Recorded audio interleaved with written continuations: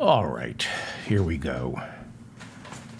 This is the mop-up for August 19th, 2023.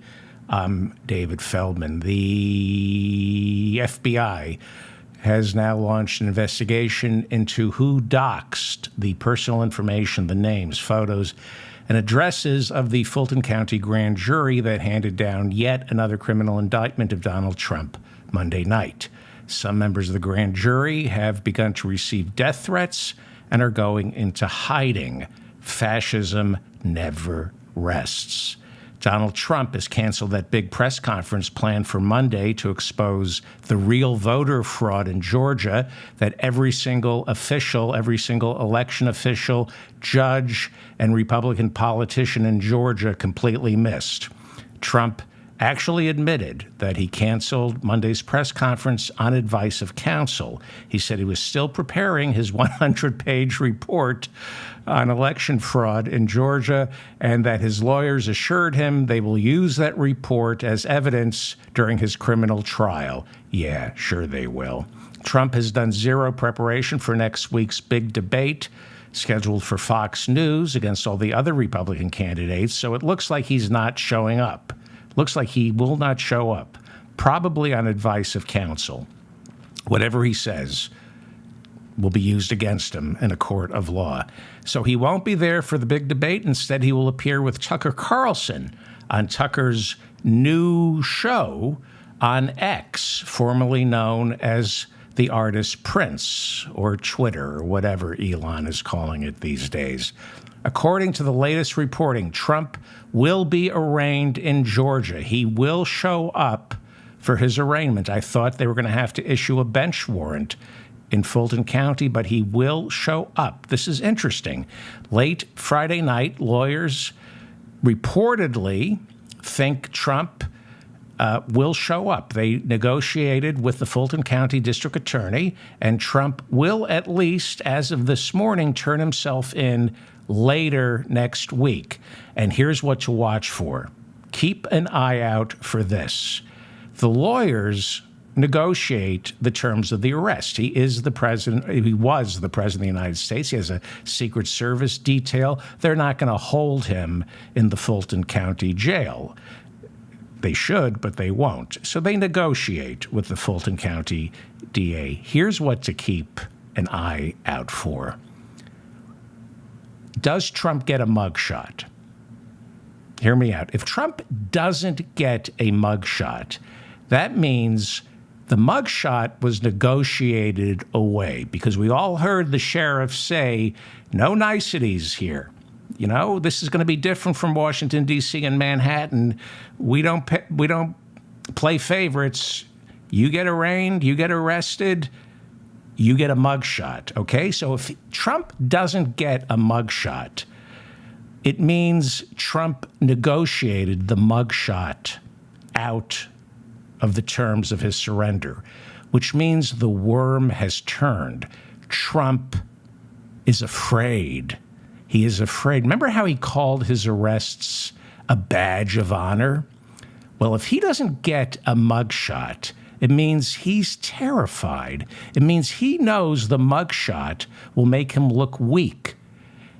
To some, not all, but to some of the imbeciles who are still planning to vote for him. Some of those imbeciles will see a mugshot and smell weakness and stay home on Election Day. They think he's, they still think he's the guy from The Apprentice, right? But they see a mugshot, they see weakness, then they smell blood and they begin to hate him for his weakness. So he's too smart. He's going to crawl in there under the cloak of darkness, get fingerprinted, go before the judge, and nobody's going to see him the same way nobody saw him go into Washington, D.C.'s courtroom or the Miami courtroom. He does not want his idiot followers to see him prone and supine. So keep an eye on whether or not he gets a mugshot. No mugshot means Trump is terrified, as well he should be. More bad news for Trump. There's a second defamation suit that columnist E. Jean Carroll filed against him. Remember that he raped her, she got $5 million, and now she's going back for more, and it's on the books, it's on the docket, it's on the calendar. She won the first one, $5 million, he's got to pay it, and she's going back for more. On Friday, Judge Lewis Kaplan turned down Donald Trump's request to delay that second trial. Now, if you remember, Judge Kaplan has put into writing twice that the first jury didn't find Donald Trump guilty of sexual assault. They found him guilty of rape. Twice, Judge Kaplan, who presided over that defamation suit, twice he has said Donald Trump was found guilty of rape. Judge Kaplan on Friday added insult to injury when he told Trump he wants the second defamation trial to take place sooner than later due to Mr. Trump's advanced age. I've heard some bad things about Judge Kaplan as well, but so far, let's keep him in the win column temporarily. And by the way, have you seen Trump lately? He is not looking good. Here is my favorite story of the week. This is my favorite story of the week. Now, remember Donald Trump's criminal indictment in Washington, D.C.'s federal courtroom for election interference? No, not that one. No, the other one. No, not the one in Miami, the one in Washington, D.C. No. That one. The one on August 1st. That was Special Counsel Jack Smith's indictment. And I think that's the third criminal indictment, right? The one that started at the beginning of August. Not to be confused with the criminal indictment from Monday. That's in Georgia. Well, on August 25th, this is my favorite story. This makes me really happy. This is a great way to end the week. On August 25th, Trump's lawyers have to go before Judge Tanya Chutkan to start the process. They want to pick a date for the trial to start. And Special Counsel Jack Smith has said he wants to start it on January 2nd, 2024. But Trump's lawyers now say they need more time. They say it will take years to mount a defense because, wait for it, there's simply too much evidence. They literally said there's way too much evidence. We need more time to pour through it. This is now the discovery phase of the trial where the prosecutor must turn over all the evidence. And Trump's attorneys got the first batch of evidence, and they complained that there are 11.6 million pages of evidence so far in just this batch, more to come. They said to Judge Chutkan it would take hundreds of lawyers years to pore over all the evidence. In other words, Your Honor, our client is so guilty. It's not fair. There's just so much incriminating evidence against him. We need years to go through it before we can mount a defense. Or, he could just plead guilty.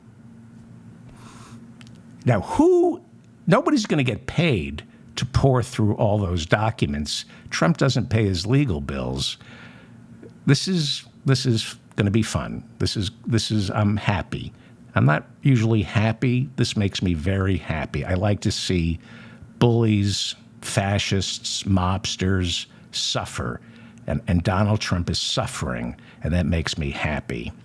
Rest up over the weekend because next week's Republican debate is going to be a bloodbath. I promise you, it's going to be a bloodbath. Trump won't be there, which means Chris Christie is going to call out each and every candidate on the stage for being too chicken shit to take on Donald Trump.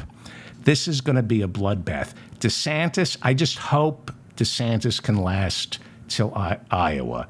You know, if he drops out now, you know, I look at this as boxing. I want him to take a lot of hits to the head so he can't think straight anymore. If he bows out now, there won't be enough damage done to him. There was this big leak of his playbook for the debate.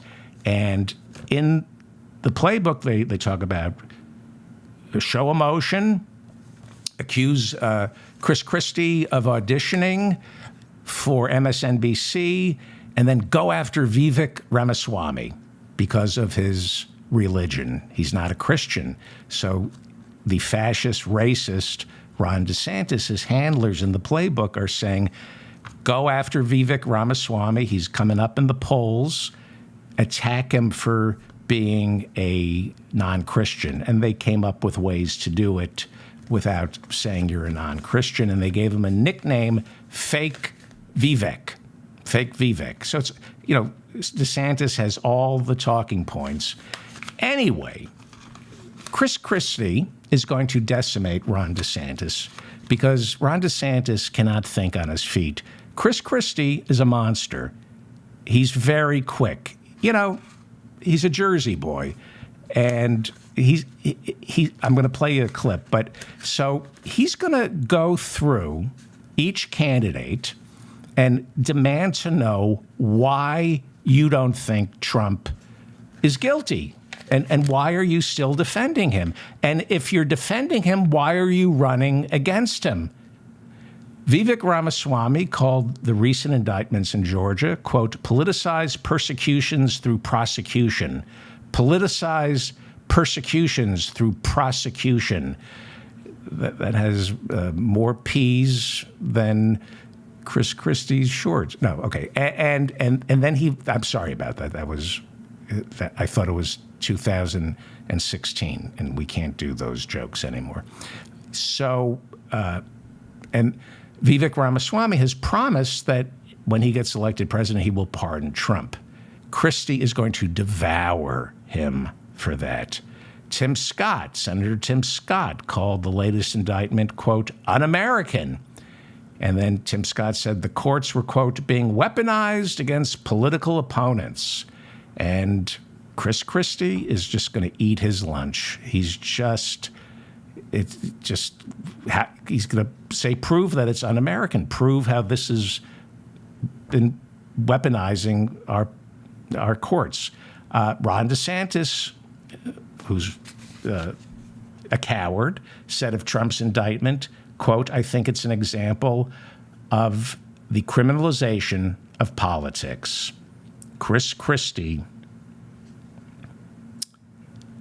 is going to destroy him. He's just going to destroy him. So I'm going to give you a preview of what the Fox News debate is going to look like.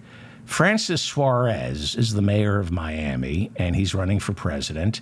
Somehow he got 40,000 individual donors, and he's showing enough, 1% in the polls. He's going to be on that debate stage defending Trump, right? Why are you running if you're defending Trump? Well, Chris Christie has been saying, if you're going to defend Donald Trump, stay home. You don't belong in the presidential race. Here is Chris Christie. Here's a taste of what's to come. If he thinks he's going to get on the stage and defend Donald Trump on Wednesday night, then he should do Donald Trump a favor and do our party a favor. Come back to Tallahassee, endorse Donald Trump, and get the hell out of the race. Okay, Jersey proud.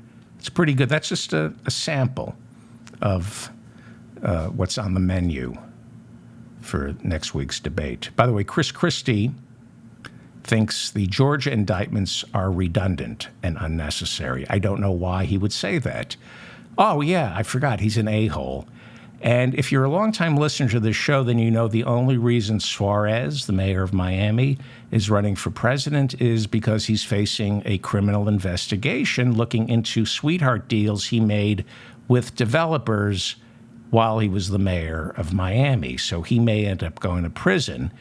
When you're about to be indicted, run for president and accuse the district attorney of politicizing the courts. I wonder where he learned that from, right? Hurricane Hilary has now turned into a Category 4 storm and is expected to hit Southern California and the Southwest and Mexico. It's already hit Mexico, but it's going to hit America over the weekend. She is expected to dump a year's worth of rainfall in just under 3 days. Right now, Hilary is off the coast of Mexico, heading north with winds as high as 130 miles per hour. She's expected to hit California a bit weaker. She's a Category 4 now. Hopefully, she'll be downgraded. Nobody knows. This is the first tropical storm warning ever issued for Southern California. That's climate catastrophe caused by the burning of fossil fuels. Parts of Southern California and Mexico are preparing for flash flooding with serious threats to infrastructure, including roads, bridges, and dams. And all of the subsequent repairs should be paid for by ExxonMobil, which caused all this. California Governor Gavin Newsom warned that this hurricane will bring rainfall to parts of the state never before seen. Now, this is unfortunate because California was having a good year when it came to water. It had record snowfall during the winter, and officials at first were expecting major flooding as the snow began to melt, but thanks to a gentler spring and careful maintenance of the aqueducts, the snow melt was absorbed at a slower pace. The ground could handle it, and there was little to no flooding. This was good news. California, as most of you know, has been going through one of the worst droughts, I think, like in 1,000 years. But this year, its reservoirs began to refill, and now when it rains, it pours. Let's hope Hilary brings to Mexico and California just enough rain, but not too much.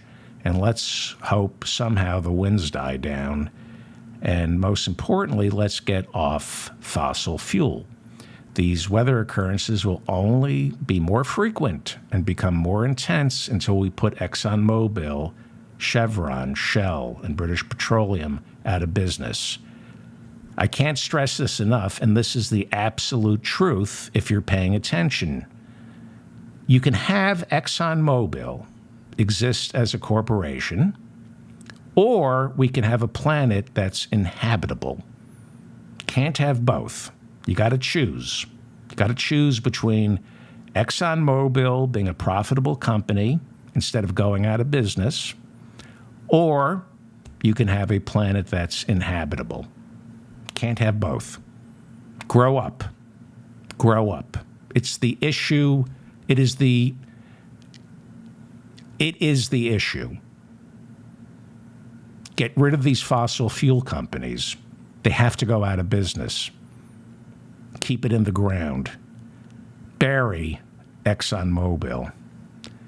You do realize that oil, gasoline, is dead dinosaurs, right? Like we're breathing the souls of dead dinosaurs as we become them.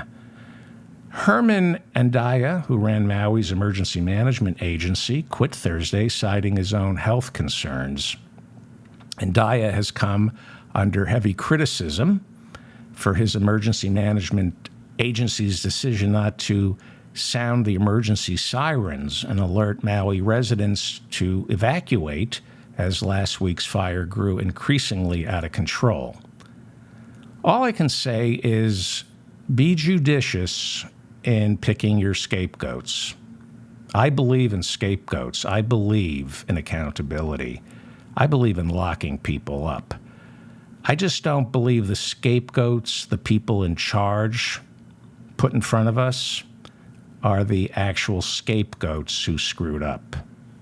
I don't trust that Herman Andaya is the bad guy in this. And I don't know much, but I know the only reason Herman Andaya is taking the rap is because the guy above him said someone has to be blamed for this, and it isn't going to be me.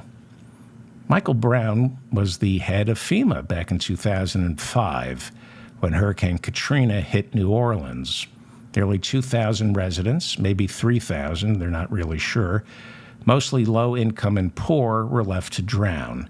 It was as bad as 9/11, but you couldn't blame the Muslims for it, so we kind of lost the story. You couldn't blame Muslims for Hurricane Katrina. You really had to blame ExxonMobil for heating up the Gulf and intensifying the severity of hurricanes. But at the time Katrina hit, we were off in Iraq fighting a war on behalf of ExxonMobil, so there was no way we were going to blame the oil companies. But we needed a scapegoat for Katrina, and so the scapegoat for Hurricane Katrina was Michael Brown, the head of FEMA at the time. You might remember him as heck of a job there, Brownie. Some of you, it was almost 20 years ago, so some of you might not even have been born. But, Bush finally showed up and gave Michael Brown the kiss of death. Heck of a job there, Brownie. And everyone knew FEMA had failed the people of New Orleans when he said that. And by failed the people of New Orleans, mistakes were made. That's a euphemism for thousands of people are dead because we're white, privileged, lazy, and incompetent. By the way, most of the residents in New Orleans who died were African American. But here's the truth. Michael Brown is a conservative prick. He's attacking Joe Biden now. He's a bad guy.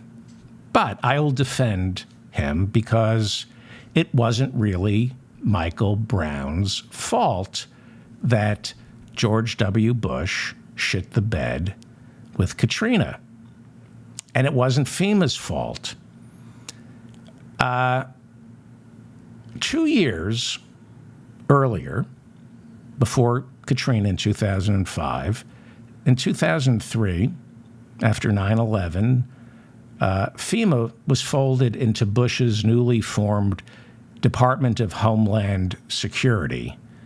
The Homeland, they started calling America the Homeland, which always made me feel very comfortable. I think the motto for the Department of Homeland Security is Eine Volken, eine Staaten, eine Führer. Homeland? I mean, I know George W. Bush's grandfather, Prescott Bush, did business with Hitler and went into World War II reluctantly, but to start calling America the Homeland? Anyway, we have this Department of Homeland Security. George W. Bush ran for president promising to make government smaller, and he created the Department of Homeland Security, which is a monstrosity. It includes ICE, which we need to get rid of, and it includes FEMA, which is actually a pretty great agency. They folded it into the Department of Homeland Security, and FEMA, when Katrina hit, became the scapegoat, and Michael Brown went down.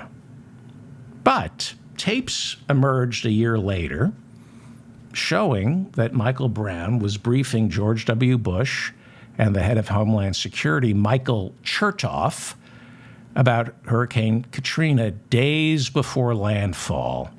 There are tapes. You can watch them on YouTube. The tapes clearly show, they're videotapes, audio tapes. Michael Brown was the head of FEMA. He was in New Orleans on the ground prepping for landfall. And George W. Bush was, in Camp David or somewhere. And so it was a remote video call. And the tapes clearly show Michael Brown, the scapegoat, warning his superiors, George W. Bush and Michael Chertoff, who was the head of Homeland Security, that the levees would not hold. He said, this is coming in at Category 5. They thought it was going to be Category 5. I think it ended up being Category 4. But you can hear Michael Brown. I hate Michael Brown. He's a Republican, and he's says things about Biden. You know, I couldn't care less about this guy's reputation. But if you listen to him on the tape, you think, all right, this guy, as far as Republicans go, he's pretty competent. You hear him saying the levees won't hold. You hear him saying we've got prisoners in jails who have to be evacuated.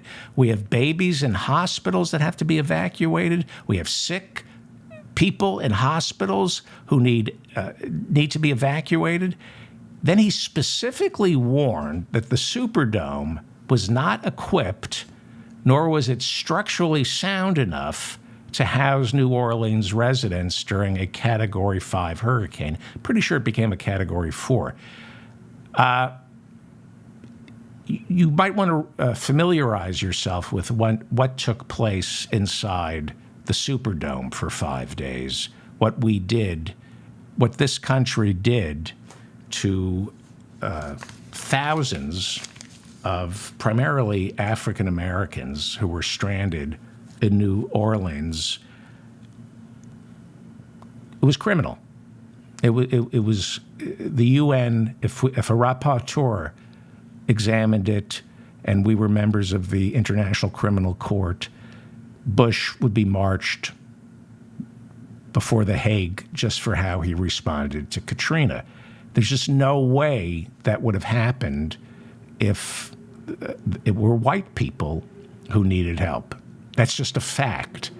And if you don't agree with me, you're an ignoramus and a racist. And I don't want you watching my show. Seriously.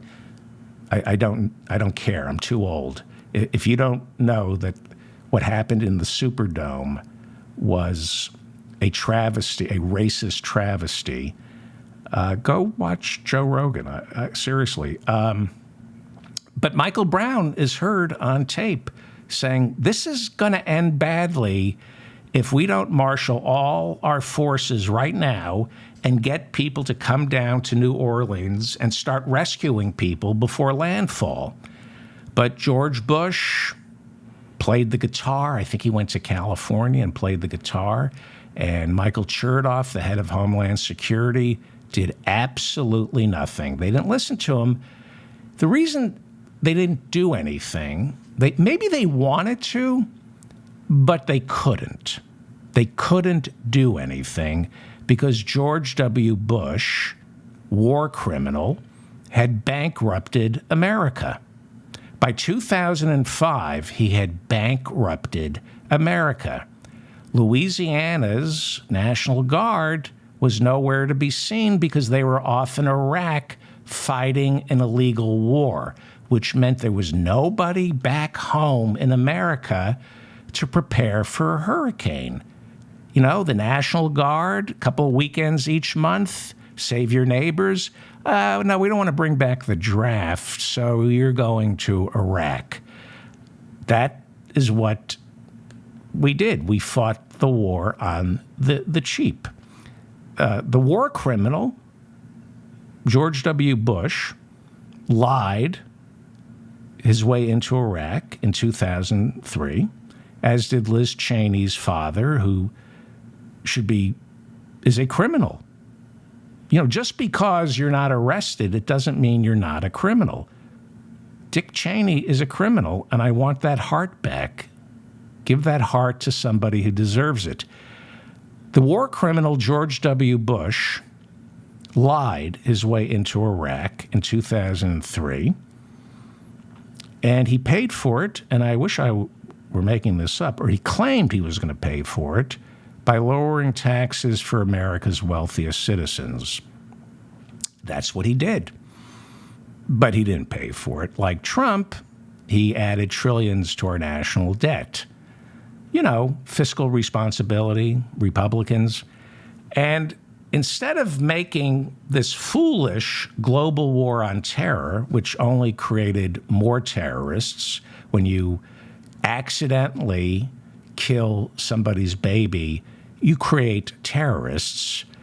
The crimes at Gitmo, where Governor Ron DeSantis was stationed, telling everybody that force feeding these prisoners is perfectly legal and safe. It's not. It's considered torture. There was a problem at Gitmo where they had innocent people, and they still do, and they said, they're innocent, they didn't do anything, but we've tortured them. So if we release them back into the wild, they're going to come back for us. They literally said, the CIA, which ran Gitmo, literally said, we can't release these people. We've turned them into terrorists. And yet I still love this country. Unbelievable. If only people would pay attention and vote. And if only we had a criminal justice system that went after fragile, white, privileged men. If only we started punishing, corporate criminals. Anyway, George W. Why is Jenna Bush on the Today? Okay. If your father killed 1 million people in Iraq and bankrupted the country and is a war criminal, lied about weapons of mass destruction, and lied and said Saddam Hussein was behind 9/11, wouldn't you do the decent thing and change your last name, not trade off the fact that your father is, you don't go, hey, it's Jenna Bundy. My father's Ted Bundy. Remember Ted Bundy, the charming serial killer? Hire me for the Today Show. My dad was a serial killer. You don't trade off the name of a serial killer. So if Jenna Bush wants to work on the Today Show, go ahead, but don't use the last name Bush. Better yet, there are a lot of kids your age who came home missing faces and limbs because your father is a liar. There are people in VA hospitals right now, Jenna Bush, who don't have faces and legs and arms and are covered in burns because your father is a criminal. And you're laughing it up on the Today Show, day drinking with Hoda?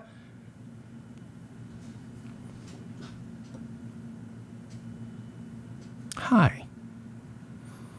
Boy, I thought I was just going to phone this one in today.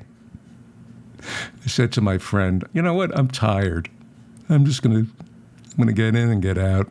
It's Friday. Take it easy. Anyway, the war criminal. I have nothing against Jenna Bush, by the way. I'm just saying, if your father is responsible for thousands of American soldiers coming home, missing limbs, missing faces, because he lied, you don't laugh. It's unseemly to be day drinking with Hoda on the Today Show. Maybe dedicate your life to some gravitas, something serious, and try to repair the Bush family name. The privileged bubble. I wish he had a son instead. It's more fun to make fun of their sons than their daughters. Anyway, Louisiana's National Guard was off in Iraq fighting an illegal war, and so nobody was there for Katrina. And,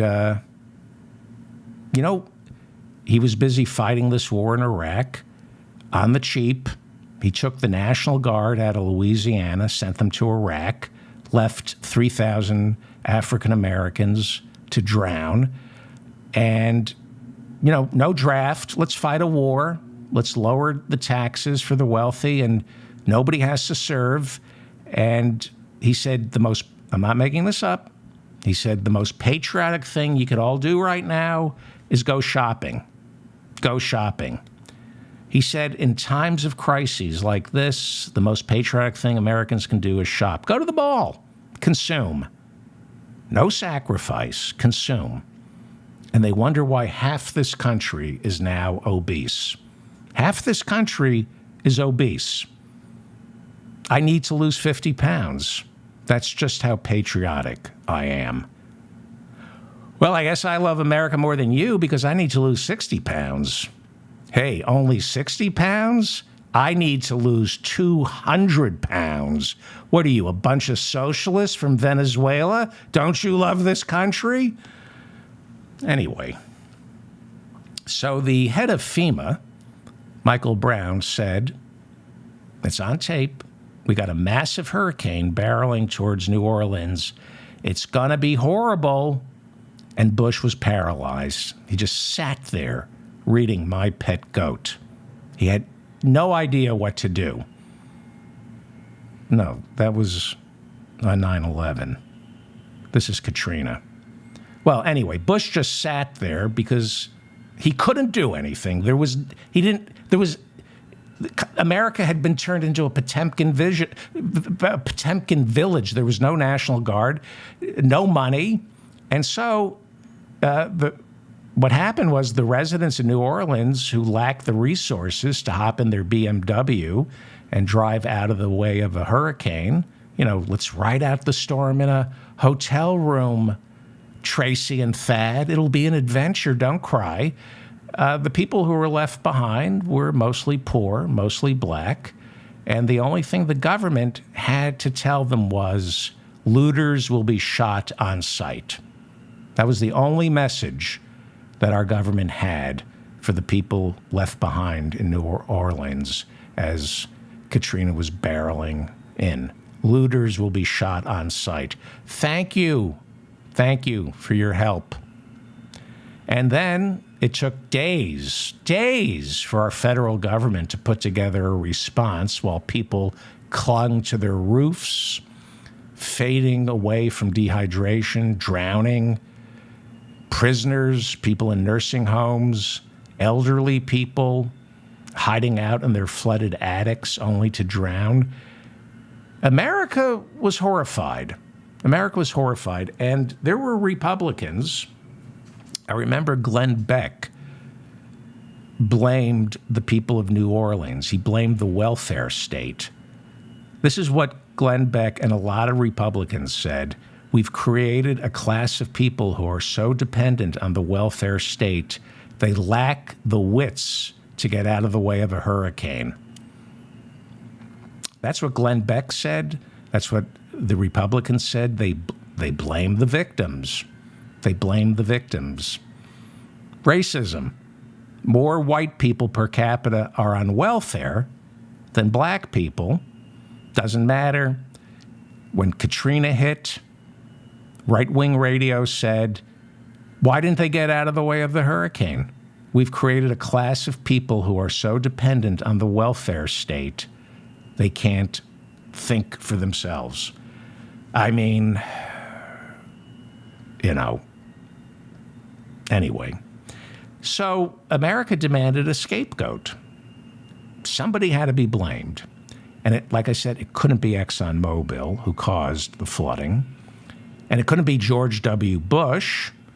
And it couldn't be Michael Chertoff, the head of Homeland Security, because he's a graduate of Harvard Law School. And Harvard Law School graduates can't be scapegoats. So who do you blame? You blame Michael Brown, the head of FEMA. Blame the guy Bush and Chertoff ignored. Blame the guy who kept screaming something bad is about to happen. And heck of a job there, Brownie. That was the kiss of death. It's like, you're going down. You're taking the fall here. And he took his punishment.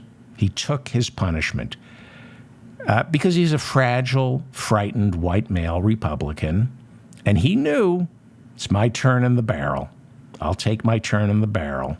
He took the blame because he knew he would be rewarded handsomely somewhere down the line for taking the hit. Michael Brown, loyal foot soldier. Heck of a job there, Brownie, taking the flak for us. You really proved your loyalty to our exclusive club of lazy, white, and male, incompetent, entitled corporate stooges. And, listen to Michael Brown on Fox. He's treated with respect. And he didn't see the light and say, maybe I got screwed. My name was destroyed by the Bush family and Michael Chertoff, that Harvard Law School prick. Maybe I should switch parties. Nah, he just took his turn in the barrel, and now he's cashing the checks, going on Fox News, already trashing Joe Biden for the federal government's response to Maui. But I got to hand it to Michael Brown. If you go back and listen to the tapes of Michael Brown when he's warning Bush and Chertoff, he was on top of things. He said, this is what is going to happen if you don't do A, B, and C. Bush and Chertoff didn't do A, B, and C, and everything Brown warned of came to fruition. But he should rot in hell, too, because he's a Republican. So I don't know what happened in Hawaii, but I am always leery when someone steps up to take the hit, ends up being the scapegoat after a national emergency. Again, I believe in scapegoats. I believe in accountability. I think we should have 2.5 million people behind bars. I do. Just we've got the wrong people behind bars. I believe in scapegoats. And so if scapegoats are going to be picked, let's pick the right one, and it's ExxonMobil. It's ExxonMobil. It is ExxonMobil. You want a scapegoat for Katrina, for Hillary, Hurricane Hillary, what happened in Maui? ExxonMobil. Anybody who owns stock in ExxonMobil, any college that hasn't divested itself of ExxonMobil, they're to blame. Any pension fund that still owns stock in Exxon is to blame for what's going to happen this weekend in Southern California and what happened in Maui. If you own stock in ExxonMobil, you are to blame for what happened in Hawaii. It's your fault. If you can't bring yourself to sell your ExxonMobil stock, your Chevron stock, you are to blame for what happened in Hawaii. This was climate change or catastrophe. The Associated Press says between 1953 and 2003, Hawaii had one federally declared disaster every 2 years, right? Every 2 years, there was something weather-related, and the federal government had to come in and help. And by the way, 1953 to 2003, and I'm going to show you what happens after 2003. 1953 is when Exxon first began to see evidence that they were heating up the planet, but they kept it secret. Okay? Hawaii had one federally declared disaster every 2 years between 1953 and 2003. And then 2003 came around, and of course that was the year we invaded Iraq for its oil. And ever since 2003, Hawaii averages 2 federally declared climate-related disasters a year. That's a 4-fold increase in hurricanes, flooding, and fires. What would cause that? Exxon broiling the planet. So, I believe in scapegoats. I believe in accountability. I believe in locking people up. Forget Herman Andaya. Forget Herman Andaya, who ran Maui's emergency management agency, who quit, took one for the team. He quit for not sounding the alarm. You know who didn't sound the alarm? ExxonMobil. They knew they were heating up the planet 70 years ago. They're the ones who didn't sound the alarm. In fact, they disconnected the alarm and buried it along with all the scientific evidence their very own climatologists produced, showing that if the world keeps burning fossil fuels, life as we know it will disappear within 100 years. They got the timetable wrong. It's happening sooner, quicker than they predicted. And more people living in Texas, where Exxon is headquartered, they cannot live there during the summer anymore. They can't take the heat. And it's going to get worse. It's going to get worse. I blame this turd blossom, Darren Woods, the CEO of Exxon. Darren Woods. Woods, the man is named after what his company sets fire to. Darren Woods makes north of $20 million a year. Married, 3 children. I wish them all swollen arches and a lifetime of yeast infections. What does it take for the American people to wake up? This is Darren Woods. He is the CEO of Exxon Mobil. Look at him. You are staring at the face of evil. What does it take for Americans to wake up and realize that Darren Woods, the CEO of Exxon, is evil? This is the guy lining Joe Manchin's pocket, thereby making real climate change legislation impossible. This is the man who is destroying our planet. Darren Woods, the CEO of Exxon. You want to find a scapegoat? It ain't this guy.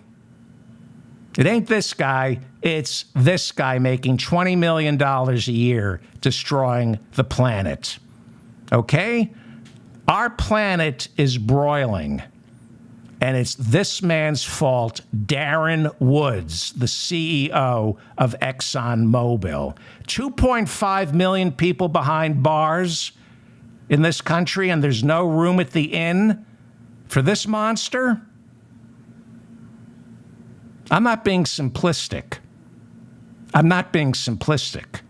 You're being a child. It's much more complicated. No, the only reason it's complicated is because Darren Woods makes $20 million a year, so he makes it complicated.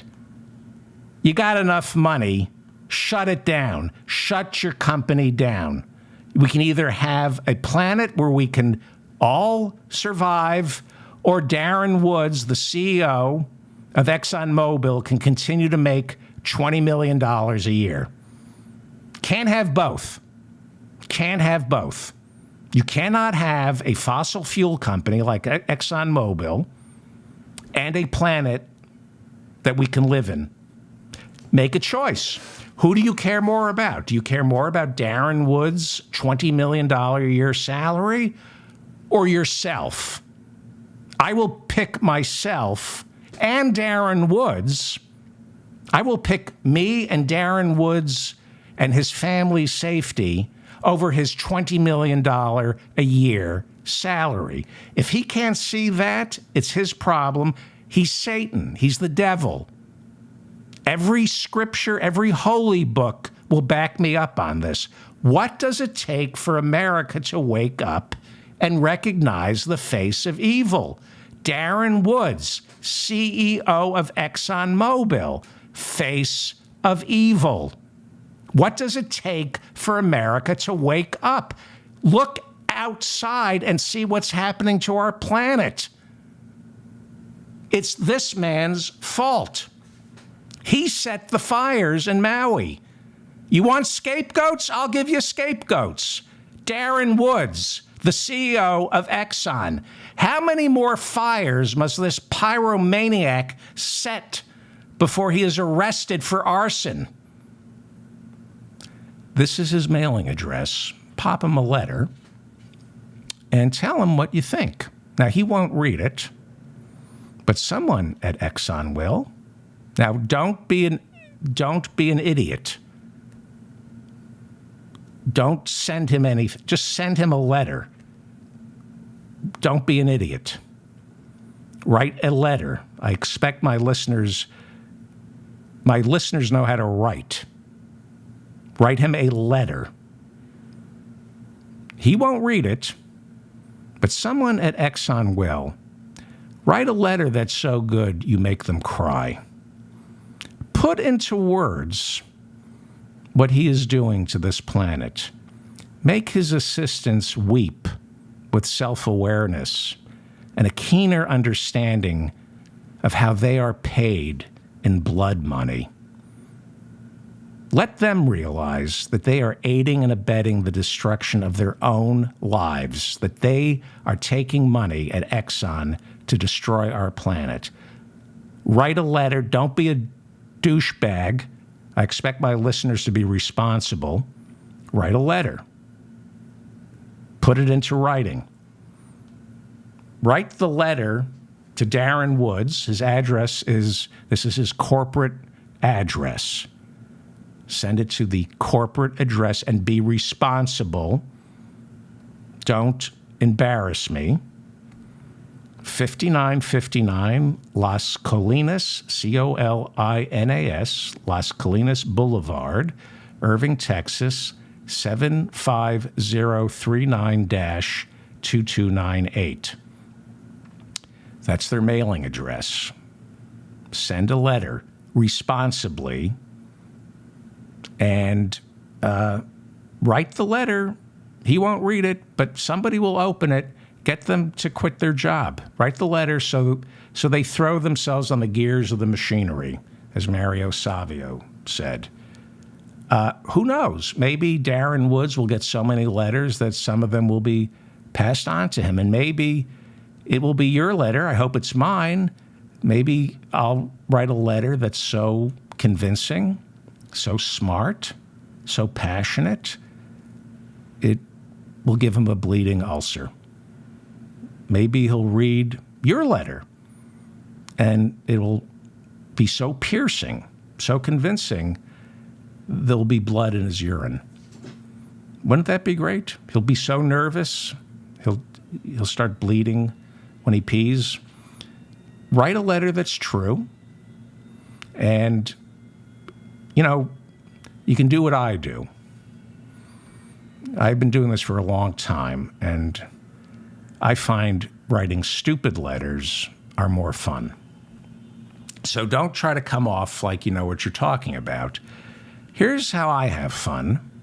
This is very enjoyable, and this is partly about getting the people at Exxon to quit, but it's also making sure that you can sleep at night knowing that you just didn't sit back and allow ExxonMobil to burn to kill us. They're killing us. You'll sleep better if you write a letter. Do it for your own benefit and have fun. Have fun writing the letter. And I know a lot of people are afraid of writing. It's like, I'm going with my spelling, my grammar. English is my second language. So this is what I do when I'm lazy. I go MAGA in my writing. And that makes people's heads explode. When I write, I have many corporate enemies who,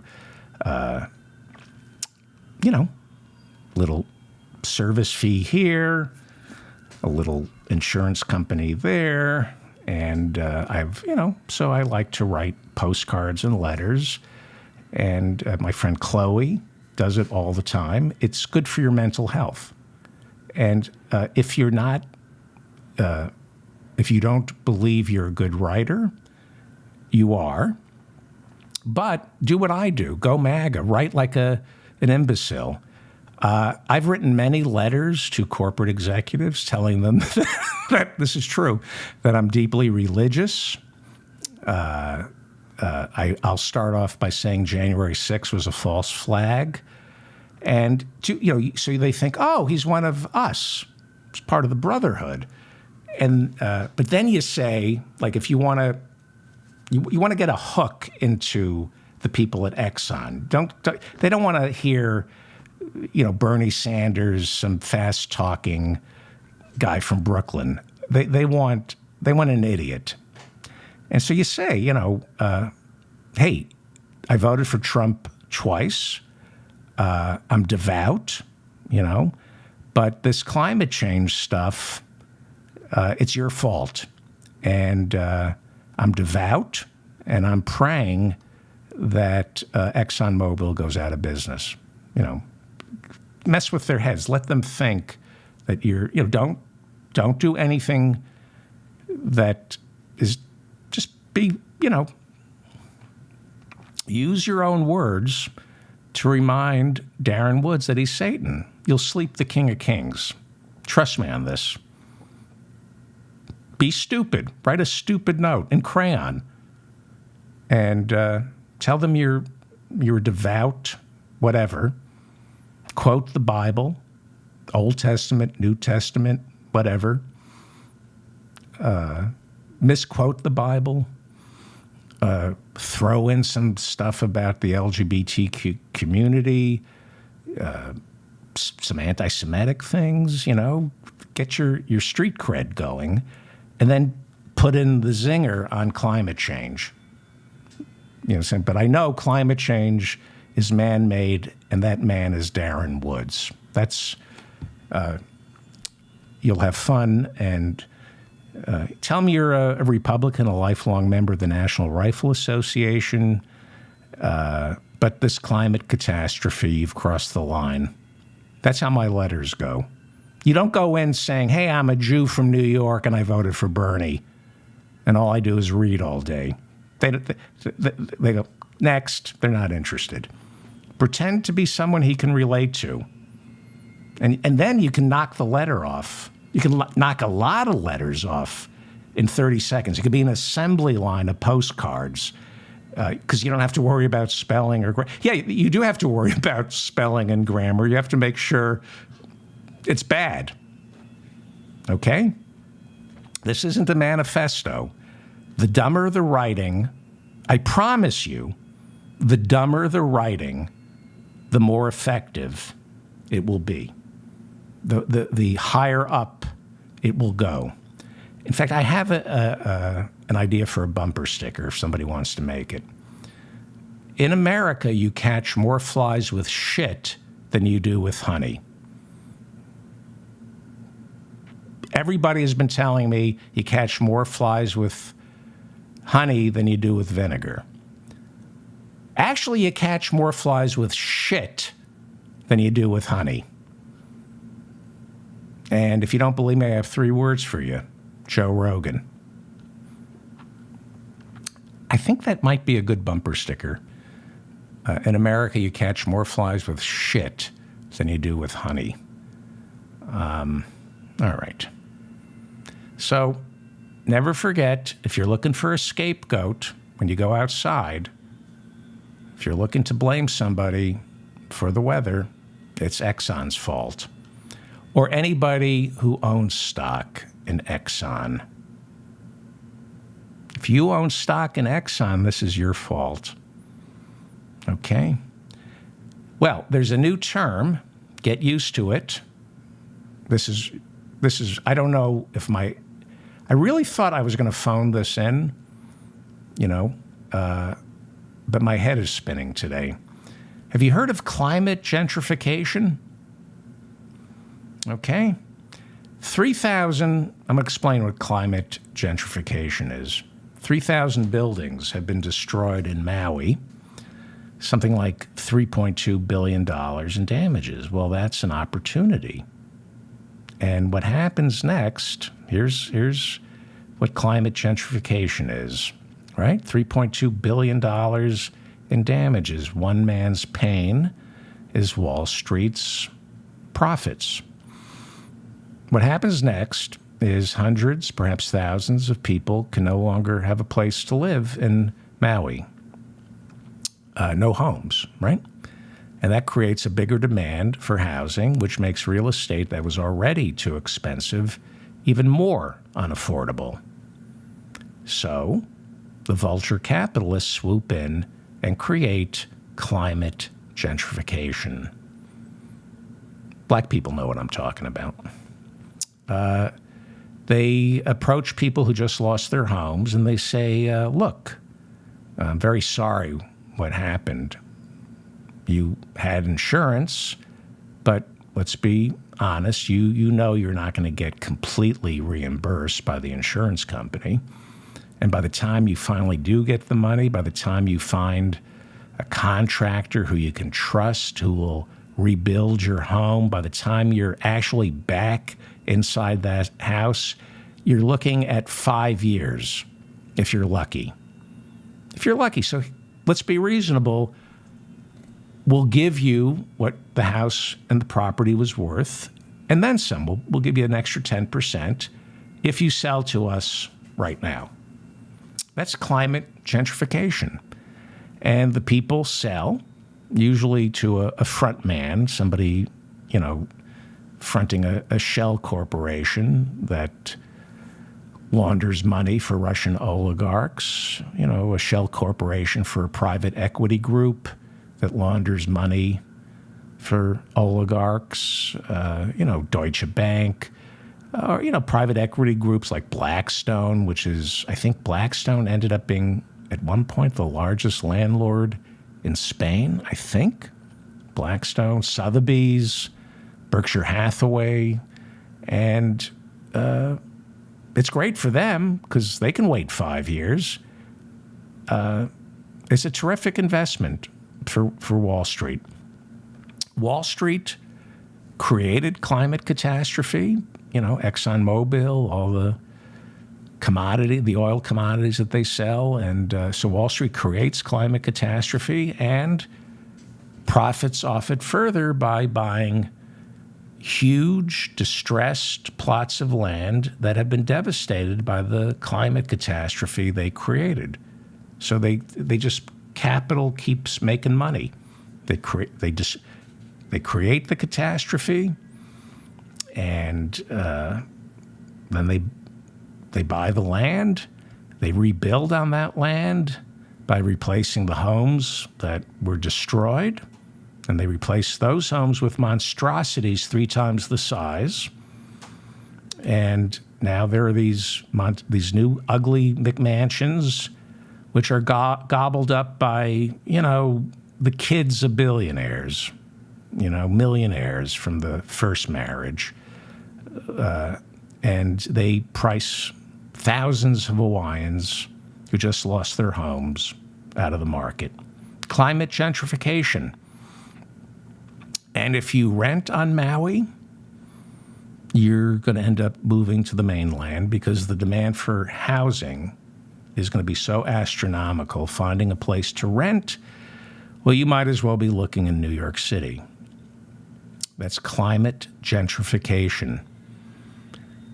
See, this is an opportunity. This is an opportunity for everyone to get rich. If you're already rich, this is a good thing to get in on if you're already a billionaire. Neighborhood destroyed by climate catastrophe, and the people who own homes that were demolished have no choice but to sell to private equity firms who build back bigger, which means no affordable housing. You got to get in on it. It's a great investment. Seriously, you need to be a billionaire. So get that taken care of and then get in on this. It's great. Because you know what they always say? Buy land. They're not making any more of it. So get in on it. Buy land. Feudalism. This is neo-feudalism. Get in on it. They're not making any more land. Well, they are making more land, actually. They have active volcanoes in Hawaii. So technically, if enough lava flows into the Pacific, they are making new land. I mean, look at that. That's hot molten lava rolling down the streets of Hawaii. Last time there was a volcano, and it's about to make its way to the Pacific. And if there's enough lava, it creates brand new oceanfront property that Mark Zuckerberg, Barack Obama, or Mick Fleetwood can keep all for themselves. Right? They go to Hawaii, they go to Maui, they go, wow, I love the way the sun sets over that mountain. How much would it cost to make sure that I'm the only person on the planet who gets to see that? How much would it cost? Can I buy the sun? Okay, I can't buy the sun. But that mountain where the sun is, I can buy the mountain and you can gate it off so I'm the only one who gets to see that? Okay, let's buy me a mountain retreat where I'm the only one who gets to see this beautiful sunset, and let's build a home and fill it with hundreds of impressionists and Edward Hopper so only I get to see those as well. I want to buy up all the beauty in the world and make sure I and only I can experience it. That's who these people are. Jeff Bezos. I love beauty only if I'm the only one who can appreciate it. Instead of hanging this Van Gogh at a museum, I want it in my home. Anyway, they are making more land. Don't believe anyone who says otherwise. San Francisco, actually, increased its size. I think it became a quarter bigger after the 1906 earthquake. They just dumped all the rubble from the earthquake into the bay, and they created more land, and they started building homes on top of the rubble. They are making more land. China, Dubai are dredging sand and then piling it up until there's a man-made island. So don't believe anyone who says buy land. They ain't making more of it. They are. They are. Also, before I wrap it up, the Buddha says you can't dip your toe into the same river twice. Okay, here's the Buddha. No, that's the wrong picture. I wanted the Buddha. That's a picture of my self-driving toilets. I've been testing self-driving toilets on the streets of San Francisco. I need a picture of the Buddha, please. Nope. Again, wrong picture. That was the scene of a horrible accident when my self-driving toilets got confused by a deer bolting into the highway during rutting season. The Buddha, please. No, that's Donald Trump's cat. The Buddha, please. No, that is my self-driving toilet again. However, isn't she a beaut? This is going to be my opportunity to become a billionaire and buy land and sunsets that nobody else can see. Now, this is we're test driving this self-driving toilet in San Francisco. It's a brilliant idea. I came up with it 3 years ago. This is the prototype.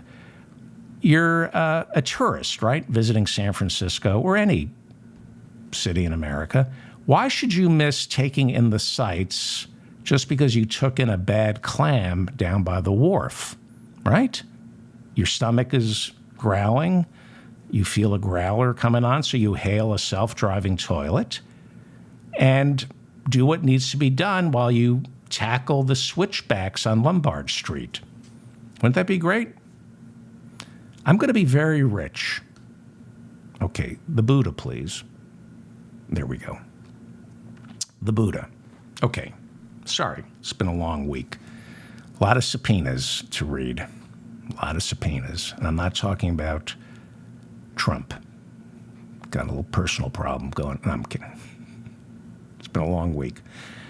The Buddha, I would be a Buddhist, but I don't have the discipline. But the Buddha is always right, except on this one thing. The Buddha says you can't dip your toe into the same river twice. Think about it. You can't dip your toe into the same river twice. You can. You can dip your toe into the same river twice. Here's what you do, okay? Write this down. You want to prove the Buddha wrong? You want to dip your toe into the same river twice? Okay. In the dead of winter, it's got to be near freezing, but not below freezing. Before sundown, you walk out into the woods by the river, and you take off your shoes and socks, and you dip your toe into the river. And then you just keep your toe in the river until sunset, and as it starts getting colder and darker and the temperatures slowly go from near freezing to below freezing, the river your toe is in freezes and becomes ice with your toe still stuck in it. Hear me out. Then you whip out the bone saw you borrowed from your Saudi Arabian neighbor, and you cut your body free from that toe that is now stuck in the frozen river. Are you writing this down? Okay, so you got your toe in the frozen river, right? But you severed it with the bone saw you borrowed from your Saudi Arabian neighbor, and now you limp to a rock by that river. You sit down, stanch the bleeding from where your toe used to be, okay? Then, when the bleeding is stopped, you hobble over back to the river where your toe is still stuck in the river, but it's now frozen ice. Okay? You remove that toe from the frozen river. You hold it up and wave it around. Maybe, if you want to do a TikTok video, wave it around so all your friends can verify, yes, you had dipped that toe into the river, and now you have taken it out of the river. And, you say, if you're taping it for TikTok, hey, everybody, look, this is my toe. I dipped it into the river once, and now watch, I'm going to dip it right back into the same river twice. And you stick it right back into that same exact hole in the ice where your toe was, the same frozen part of the river. And as you're shoving that toe back into the ice, into that hole, you say, take that, Buddha. Take that. Look, I'm sticking my toe into the same river twice, Buddha. Take that. And change is not a constant in nature. Change is not a constant. Take that, Buddha. You just shove that toe back into the ice, the frozen river, and you've stuck your toe into the same river twice. Then, are you writing this down? Have your friends wrap you in blankets and take you to the emergency room for a 48-hour psychiatric hold. I'm David Feldman, reminding you to stay strong and protect the weak. Okay. Thank you, everybody. Thank you to the moderators in the chat room. Thank you for people who are still listening to this. Please share this, maybe, with your friends, maybe. Please like this, maybe. Please subscribe to my channel, maybe. Please subscribe to my newsletter, maybe. We're going to bring back office hours, maybe. All right. Thank you.